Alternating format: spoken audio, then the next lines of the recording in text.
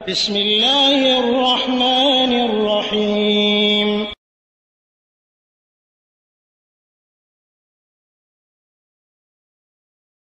ওয়ালাইকুম আসসালাম রহমতুল্লাহ বারাকাত।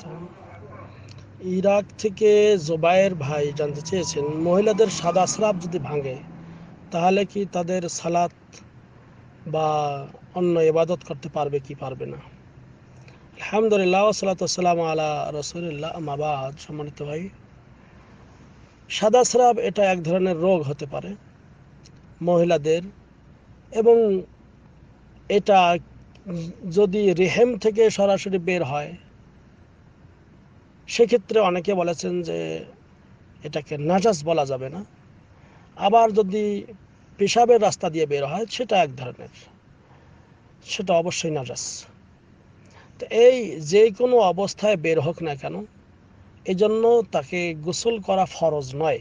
সাদা সেরা বের হলে মহিলাদের গোসল করা ফরজ নয়, তবে তাকে ওই যদি কাপড়ে লেগে যায় ওই কাপড়টা ধুয়ে নেবে, অথবা শরীরে লাগলে, পায়ে লেগে গেলে, রানে লাগলে সেটা ধৌত করবে এবং সালাত আদায় করবে। গোসল করা ফরজ হবে না।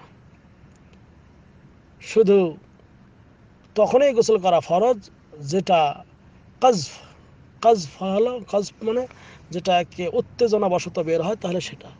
আর এই সাদা সেরাব এমনি এটা বের হলে এটাতে আপনার গোসল লাগবে না, এটাতে উজু করলে যথেষ্ট। অনুরূপভাবে কোনো পুরুষেরও যদি মজি বের হয়, মজি মানে এই পাতলা পানি, এমনি স্ত্রীর সঙ্গে কথা বলতেছে, হয়তো পাতলা পানি বের হয়ে গেল, এই জন্য আলী রাদিয়াল্লাহু তাআলা আনহু তিনি মিকদাদ রাদিয়াল্লাহু তাআলা আনহুকে বলেছিলেন যে তুমি আল্লাহ নবী সাল্লাল্লাহু আলাইহি সাল্লামকে জিজ্ঞেস করো এই মজি সম্পর্কে। হ্যাঁ, কুনতু রাজুলান মাজ্জাআন, আমি একজন মজি বেশি হয়, পাতলা পানি বেশি বের হয় এরকম একজন মানুষ। ফাস্তাহইয়াইতু আন আসআলা রাসূলুল্লাহ সাল্লাল্লাহু আলাইহি ওয়াসাল্লাম লিমাকানাতি ইবনাতি, তখন আমি নবী করিম সাল্লাল্লাহু আলাইহি ওয়াসাল্লামকে জিজ্ঞেস করতে লজ্জাবোধ করলাম, কারণ আল্লাহ নবীর মেয়ে আমার কাছে ফাতেমা রাদিয়াল্লাহু তাআলা আনহা তার স্ত্রী। তো এই জন্য আমি মিকদাদ রাদিয়াল্লাহু তাআলা আনহুকে বললাম যে তুমি আল্লাহ নবীকে এ বিষয়ে প্রশ্ন করো। তিনি তখন তাকে জিজ্ঞেস করলেন, আল্লাহ নবী সাল্লাল্লাহু আলাইহি ওয়াসাল্লাম বললেন যে এটাতে তার গোসল ফরজ নয়, এটাতে তার লজ্জাস্থান ধৌত করে নিয়েই সালাত আদায় করলে সালাত হয়ে যাবে। তো অনুরূপভাবে নারীদের ক্ষেত্রেও একই কথা, তাদের সাদা স্রাব যদি বের হয় তাহলে এটা ধৌত করে নিয়েই নামাজ পড়তে পারবে।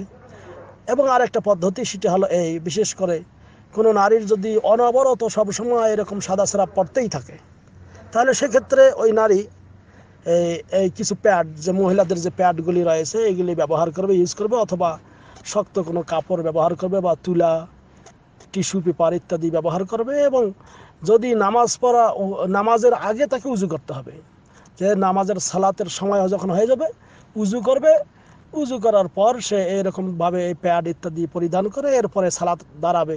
সালাত পড়া অবস্থায় তার যদি এরকম এগুলো বের হয়ে যায় তাতে নামাজের কোনো ক্ষতি হবে না, কারণ তখন এই নারী হবে ওই সমস্ত নারীদের মতো যারা মুস্তাহাজা, অর্থাৎ তার হুকুম হবে মুস্তাহাজার হুকুম, অর্থাৎ তার এটা রোগ, আর রোগের কারণে, হ্যাঁ, অথবা কারো যদি বাউল সালাসেল যেটাকে বলা হয়, যে সর্বদাই যদি কোনো পুরুষের পেশাব পড়তেই থাকে তারও এই অবস্থা হতে পারে। আশা করি ক্লিয়ার হয়েছে। এটাই হলো কোরআন এবং সুন্নাহ মোতাবেক কথা। এবং এভাবেই ওই সাদা সেরাব বের হলে শুধু ওইটা ধৌত করে বা কাপড়ে লাগলে ওইটা পরিষ্কার করে এরপরে সালাত আদায় করবে, গোসল করা ফরজ নয়। হাযা ওয়াল্লাহু আ'লাম বিসওয়াব।